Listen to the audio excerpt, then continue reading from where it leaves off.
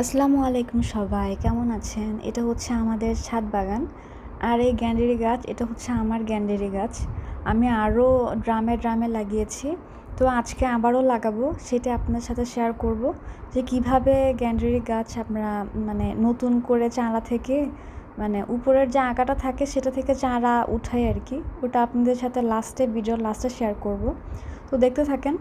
এগুলো সব হচ্ছে আম্মুর লাগানো গাছ, লাউ গাছ আর সব কী গাছ যেন আম্মু লাগায়। তো এগুলো হচ্ছে সব আম্মুই সকাল বিকাল পানি দেয়, বাট যত্ন করাটা এটা আসলে আম্মু করতে পারে না, এই ভাইয়াটা করে দেয় এসে এসে। এই গ্যান্ডেরি গাছের ড্রামটা একদম বেশি ঘিজি ঘিজি হয়ে গেছে। এখন এগুলোকে কিছুটা মাঝখান থেকে কেটে দেওয়া হচ্ছে। কিছুটা পেকেও গেছে বলতে গেলে, যেটাকে বাত্তি বলি, যেটাকে নর্মাল বাংলা ভাষায় যেটাকে আমরা বলি। তো বাতি সেগুলাকে কেটে ফেলছে। ওগুলা নিয়ে যাবে আর কি, যেখানে ওই যে কী বলে, গ্যান্ডারির জুস যেখানে করে মেশিন দিয়ে জুস করে বাসায় নিয়ে আসবে। তো ভালো করে ক্লিন করে দিয়ে দেওয়া হয়, ওখান থেকে জুস করে বাসায় নিয়ে আসে। কারণ এটা তো বাসায় কোনোভাবেই জুস করা সম্ভব না, তাই না?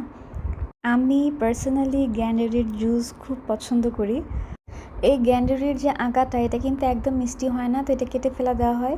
কিন্তু যদি চারা উঠানোর ইচ্ছে থাকে তাহলে কিন্তু এটা থেকে চারা উঠাতে হয়। আর পানিতে ভিজিয়ে রাখতে হয় আগাটা।